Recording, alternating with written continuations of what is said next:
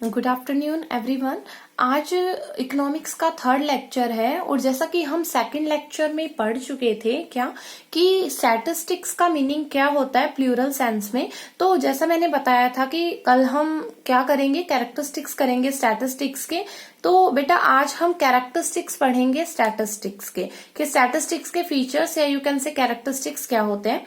तो बेटा सबसे पहला इसमें जो कैरेक्टरिस्टिक्स आता है वो कैरेक्टरिस्टिक है एग्रीगेट ऑफ द फैक्ट्स। देखो एग्रीगेट का मतलब क्या होता है कि किसी भी चीज का टोटल, ठीक है, कि जहां पे हम किसी एक सिंगल चीज के बारे में बात नहीं कर रहे हैं, हम बात कर रहे हैं बहुत सारी चीजों के बारे में, वो होता है एग्रीगेट। तो इसका मतलब यहाँ पे ये है कि एक single number doesn't constitute a statistics, no conclusion can be drawn from it, it is the only aggregate number of facts that is called the statistics. मतलब कि आप केवल स्टैटिस्टिक्स उन फैक्ट्स को, उन फिगर्स को, उन नंबर्स को कहोगे जो कि किसमें कलेक्ट की गई हो, ग्रुप में कलेक्ट की गई हो, ना कि क्या की गई हो, सिंगल इंडिविजुअली कलेक्ट की गई हो। ठीक है, उससे आप कोई भी कंक्लूजन ड्रा नहीं कर सकते। क्यों? क्योंकि आपको पता है कि स्टैटिस्टिक्स का यूज करते हैं और हम डाटा को कलेक्ट करते हैं तो उसके पीछे जो हमारा कुछ ना कुछ मोटिव होता है। डाटा को कलेक्ट करने के पीछे हमारा क्या होता है, कोई मोटिव होता है। इस वजह से बेटा हम डाटा को क्या करते हैं, कलेक्ट करते हैं। ठीक है, तो इसमें एग्रीगेट्स ऑफ फैक्ट्स में यही बात बताई गई है कि हम कोई भी एक सिंगल नंबर से कोई भी हम इंफॉर्मेशन नहीं निकाल सकते और एक सिंगल नंबर जो है वो हमें स्टैटिस्टिक्स के बारे में नहीं बताता। मतलब क्या यहाँ पे कि statistics as the same can be compared और conclusion can be drawn from them. हमने जो भी डाटा कलेक्ट किया है उस डाटा के बीच में हम कंपैरिजन मेड कर सके। दूसरा, उस डाटा को कलेक्ट करने के पीछे हमारा क्या हो, कोई मुख्य उद्देश्य हो, इस वजह से हमने उस डाटा को कलेक्ट किया है। एंड तीसरा क्या कि हमें वो डाटा एक ग्रुप में कलेक्ट करे, ना कि सिंगल वे में कलेक्ट करे। अब जैसे कि उसको समझने के लिए यहाँ पे एक एग्जाम्पल दिया हुआ है, like in a college there are 1000 students. मान लीजिए कि एक कॉलेज है और उस कॉलेज में कितने हैं बेटा, 1000 बच्चे पढ़ते हैं, 1000 स्टूडेंट है। ठीक है, तो 1000 स्टूडेंट पढ़ते हैं, ये तो कोई स्टैटिस्टिक्स नहीं हुई, ये तो कोई स्टैटिस्टिक्स नहीं हुई। लेकिन हम क्या करते हैं, उन 1000 बच्चों में से 300 बच्चे तो आर्ट्स के हैं, 400 बच्चे कॉमर्स में पढ़ते हैं, 300 बच्चे साइंस के हैं। तो मतलब हमें एक कैटेगराइजेशन मिल गया, हमें इंफॉर्मेशन मिल गई कि हम कंपैरिजन कर सकते हैं कि इतने बच्चे आर्ट्स के हैं, 400 बच्चे कॉमर्स के हैं, 300 बच्चे साइंस के हैं। तो बेटा इनमें हम क्या कर सकते हैं, हम कंपैरिजन कर सकते हैं। ठीक है, तो एग्रीगेट्स ऑफ फैक्ट्स का मतलब है कि स्टैटिस्टिक्स में वो डाटा, वो फैक्ट्स, वो फिगर्स आएंगे जो ग्रुप में कलेक्ट किए गए हो, ना कि एक सिंगल फॉर्म में कलेक्ट किए हो। उसको क्या बोला जाता है, स्टैटिस्टिक्स बोला जाता है। दूसरा, नोट करना इस बात को कि all statistics are expressed in number but all numbers are not a statistics. मतलब क्या कि जो भी हम डाटा कलेक्ट करते हैं स्टैटिस्टिक्स में, जैसा कि कल हमने मीनिंग में जाना था कि वो डाटा क्या होता है, नंबर की फॉर्म में होता है। किस फॉर्म में होता है, नंबर की फॉर्म में होता है। But all numbers are not a statistics, लेकिन सभी नंबर स्टैटिस्टिक्स में नहीं आते। ठीक है, जैसे कि मैंने कहा राम जो है उसकी एज 40 इयर्स है, तो क्या वो स्टैटिस्टिक्स हो गया? नहीं, क्योंकि मैं एक सिंगल के बारे में, एक सिंगल इंडिविजुअल के बारे में बात कर रही हूं, तो वो क्या स्टैटिस्टिक्स हो गया? वो नहीं हुआ। लेकिन मैं मान लीजिए किसी सोसाइटी का डाटा कलेक्ट करती हूँ और उस सोसाइटी में जितने भी लोग रह रहे हैं उनकी एज का डाटा कलेक्ट करती हूँ। ठीक है, उसके पीछे मेरा उद्देश्य ये है कि मैं ये जानना चाहती हूँ कि 50 मोर देन 50 कितने लोग हैं, है ना, और लेस देन 50 कितने लोग हैं। तो मतलब एक पर्पज हो गया, मेरा कुछ उद्देश्य है, मैं उसको कलेक्ट कर रही हूँ डाटा को, तो वो स्टैटिस्टिक्स में आएगा। जैसे कि कॉलेज में बताया गया कि कितने बच्चे थे, 1000 स्टूडेंट्स पढ़ते हैं। ठीक है, तो वो स्टैटिस्टिक्स में नहीं आएगा। लेकिन अगर मैंने कहा कि 300 बच्चे आर्ट के हैं, 300 साइंस के हैं, 400 कॉमर्स के हैं, तो वो किस में आएगा, स्टैटिस्टिक्स में आएगा। ठीक है, तो वो होता है आपका पहला फीचर था स्टैटिस्टिक्स का, एग्रीगेट ऑफ द फैक्ट्स। अब हम सेकंड पे आ जाते हैं। सेकंड जो है हमारा वो ये है आपका न्यूमेरिकली एक्सप्रेस्ड। मतलब क्या कि जो भी डाटा हम कलेक्ट करते हैं वो हमेशा किस फॉर्म में होगा, नंबर की फॉर्म में होगा। मतलब कि qualitative except will not come under the statistics. जो किसी भी चीज के बारे में क्वालिटी बताता है, ठीक है, जैसे कि ये पर्सन राम रिच है, श्याम पुअर है, that not comes under the statistics. Only the data which we can express in terms of the numbers can be include in the statistics. Clear?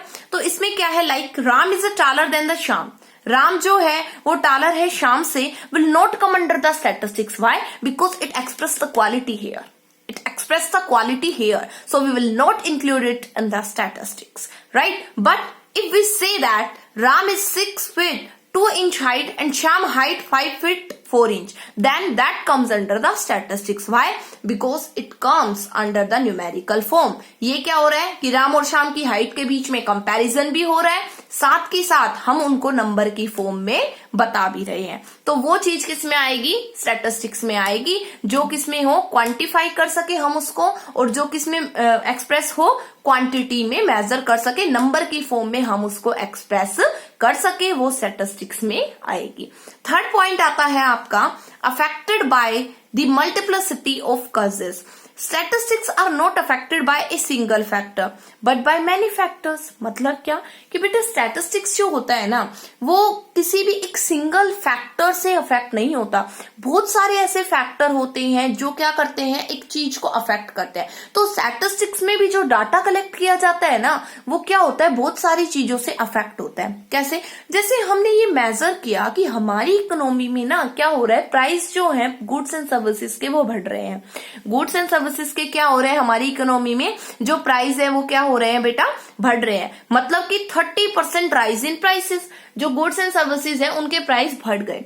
तो वो प्राइस बढ़ तो गए, ठीक है, बट उनके पीछे कुछ कारण होगा, ठीक है, मतलब due to the several reasons, like demand जो है वो बहुत ज्यादा कर रहे हैं लोग, अब उनको सप्लाई करने के लिए हमारे पास इतने गुड्स एंड सर्विस अवेलेबल है नहीं, तो लोग डिमांड कम करें उन प्रोडक्ट्स की, इसके लिए हम क्या कर देंगे, उनके प्राइस को बढ़ा देंगे। अब जब चीज महंगी मिलेगी तो सीधी सी बात है, लोग कम खरीदेंगे या ज्यादा खरीदेंगे, कम खरीदेंगे, ठीक है। दूसरा शॉर्टेज ऑफ सप्लाई, जब हमारे पास प्रोडक्ट ही नहीं है मार्केट में सप्लाई के लिए, तो हमें उसके दाम बढ़ाने पड़ेंगे ताकि लोगों की जो डिमांड है वो कम हो जाए और कंट्रोल में आ जाए। दूसरा राइज इन टैक्स, अगर टैक्स की रेट को बढ़ा दिया जाता है, ठीक है, तो प्रोड्यूसर जो टैक्स पे कर रहे हैं उनको बढ़ा देंगे, हम टैक्स की रेट को बढ़ा देंगे तो उनकी प्रोडक्शन की कॉस्ट बढ़ जाएगी, और प्रोडक्शन की कॉस्ट के बढ़ने से क्या होगा, जो प्राइस होंगे प्रोडक्ट के वो बढ़ जाएंगे। राइज इन वेजेस, अब प्रोडक्शन की कॉस्ट बढ़ेगी, टैक्स बढ़ेगा,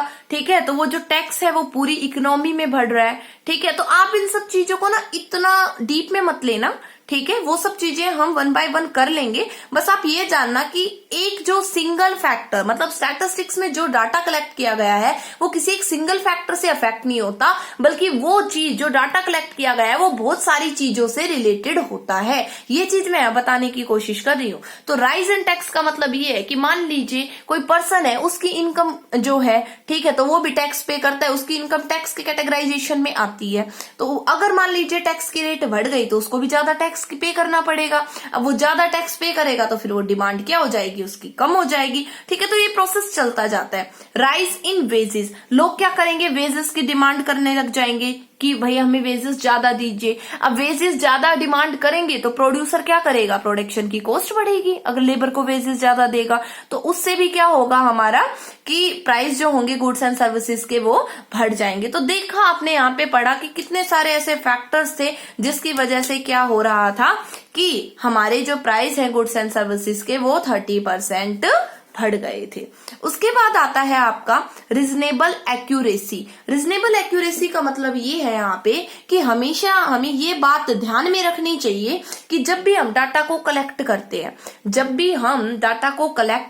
हैं, तो उसके पीछे हमारा कोई ना कोई पर्पस होता है, कोई ना कोई उद्देश्य होता है। दूसरा, हमें ये पता होता है कि हमें कितने लोगों का डाटा चाहिए, तो साइज के बारे में भी पता होता है। तीसरा, हमें ये भी पता होता है कि हम किन रिसोर्सेज का यूज करके उस डाटा को कलेक्ट करेंगे, ठीक है। तो जो डाटा स्टैटिस्टिक्स में कलेक्ट किया जाता है, क्योंकि वो नंबर की फॉर्म में होता है, उसको हम वेरीफाई भी कर सकते हैं, हम चेक भी कर सकते हैं, क्रॉस चेकिंग भी कर सकते हैं। तो जो डाटा होता है उसमें रीजनेबल एक्यूरेसी होती है।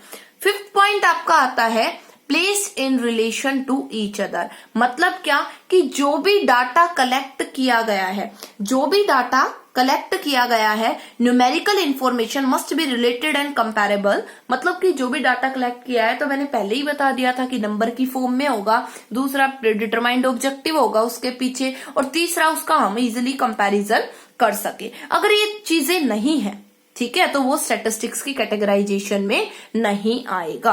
तो in the absence of this quality information, अगर जो डाटा हमने कलेक्ट किया है और उसमें ना हम उसको कंपेयर कर सकते हैं और ना ही वो नंबर की फॉर्म में है, तो फिर हम उसमें ना कंपैरिजन कर सकते हैं, तो वो स्टैटिस्टिक्स में नहीं आएगा। ठीक है, ये है आपका। ठीक है बेटा, तो ये है, जैसे कि मान लीजिए मैंने कहा कि प्राइस है, प्राइस के बढ़ने से क्वांटिटी डिमांड इतनी कम हो गई। पहले मान लीजिए किसी भी प्रोडक्ट के 5 रुपए प्राइस था, 1 यूनिट 5 रुपए की आती थी। ठीक है, तो लोग कितने, 2 लोग डिमांड करते थे। अब वही यूनिट कितने की होने लग गई, 3 रुपए की आने लगी, तो एक लोग मतलब कि एक डिमांड आ रही है उसकी। ठीक है, 1 यूनिट्स में डिमांड हो रही है उसकी। तो प्राइस और क्वांटिटी डिमांड में हम कंपैरिजन कर सकते हैं कि प्राइस में चेंज होने से डिमांड पे क्या इफेक्ट पड़ा, तो वो भी किस में आता है, स्टैटिस्टिक्स में आता है।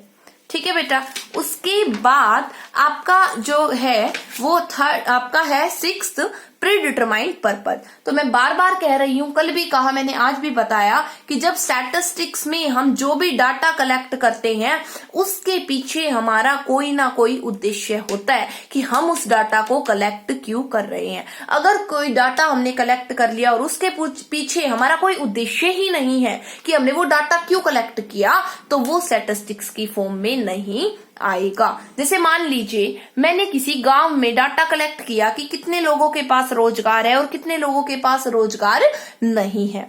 तो मान लीजिए एक मैं ऐसे ही इंफॉर्मेशन कलेक्ट कर रही हूं, ठीक है, तो वो स्टैटिस्टिक्स नहीं है, बट मैं जानना चाहती हूं कि उस गांव में कितने लोग एम्प्लॉयड हैं और कितने अनएम्प्लॉयड हैं।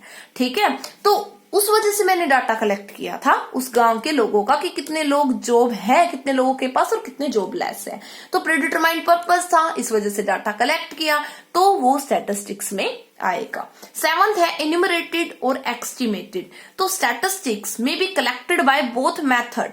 मतलब स्टैटिस्टिक्स को हम इन्यूमरेटेड मेथड से भी कलेक्ट कर सकते हैं और एस्टिमेटेड से भी। ठीक है, अब एस्टिमेटेड मेथड जब यूज किया जाता है जब फील्ड जो इन्वेस्टिगेशन का होता है कि जहां से हमें डाटा कलेक्ट करना है, वो फील्ड, वो एरिया क्या होता है, वास्ट होता है, बहुत ज्यादा होता है। ठीक है, तो वहां पे हम एस्टिमेटेड मेथड का यूज करते हो। जैसे देखिए, जब वोट होते हैं, ठीक है, तो उस टाइम पे जो नेता होते हैं वो रैली निकालते हैं, है ना, और जब रैली निकालते हैं तो उस रैली को, मतलब कि उस रैली में बहुत सारे लोग हैं जो क्या करते हैं, उस रैली में भाग लेते हैं। ठीक है, तो उसमें 1,00,000-2 लाख भी लोग भाग लेते हैं। ठीक है, अगर मोदी जी ने रैली निकाली है ना, भारतीय जनता पार्टी की तरफ से, तो उस केस में क्या है, बहुत से लाखों में लोग जो है हिस्सा लेते हैं। तो क्या हम केवल एस्टिमेट करते हैं कि भाई ये रैली निकाली गई थी हमारे पीएमजी के द्वारा भारतीय जनता पार्टी के लिए और उसमें 1,00,000-2 लाख लोग आए, तो ये एक एस्टिमेशन है, हम गिन नहीं सकते उस टाइम पे क्योंकि हम कैपेबल नहीं होते।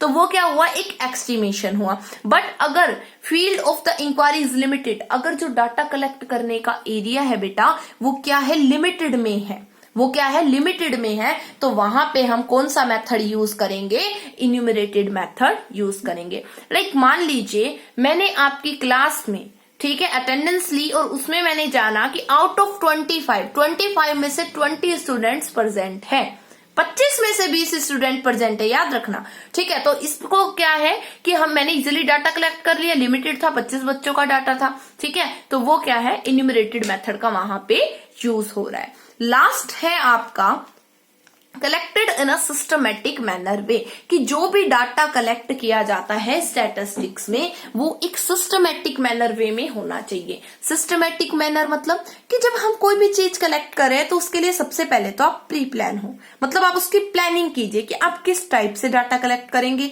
कहाँ से कलेक्ट करेंगे, किसके थ्रू करेंगे, कौन सा मेथड लगाएंगे। ठीक है, वो सब चीजें आप प्लान कीजिए। ठीक है, उसके बाद आप डाटा कलेक्ट कीजिए, तो वो सिस्टमैटिक मैनर वे है। बट अगर आप कोई प्लान ही नहीं बनाते हो डाटा को कलेक्ट करने से पहले, तो उससे आप कोई भी कंक्लूजन ड्रॉ नहीं कर पाओगे। क्योंकि जब किसी भी चीज का ऑब्जेक्टिव निर्धारित हो जाता है, ऑब्जेक्टिव डिसाइड हो जाता है, तो उसके पीछे क्या होता है कि प्लानिंग बनानी पड़ती है, प्लानिंग करनी पड़ती है उस ऑब्जेक्टिव को अचीव करने के लिए। क्लियर? तो इसमें यही कहा गया है क्या कि अगर डाटा को आप हेमफास्ट मैनर वे में कलेक्ट करेंगे तो आप कोई कंक्लूजन नहीं निकाल पाएंगे, बट अगर डाटा को सिस्टमैटिक मैनर वे में एक प्लानिंग के थ्रू कलेक्ट करेंगे तो आप इजीली कंक्लूड उसको कर सकते हो। Like data collected regarding the marks secured by student of A college. देखो, मैंने कोई कॉलेज है और उस कॉलेज में जितने भी बच्चे पढ़ रहे हैं, ठीक है, उनके कितने मार्क्स आए, उनका डाटा कलेक्ट करना है। बट मैंने उसके लिए प्लानिंग ही नहीं की कि मुझे इकोनॉमिक्स का जानना है, मुझे मैथ्स का जानना है, मुझे फिजिक्स का जानना है, ठीक है, केमिस्ट्री का जानना है, अकाउंट का जानना है, किस सब्जेक्ट के मार्क्स को मुझे जानना है, ठीक है।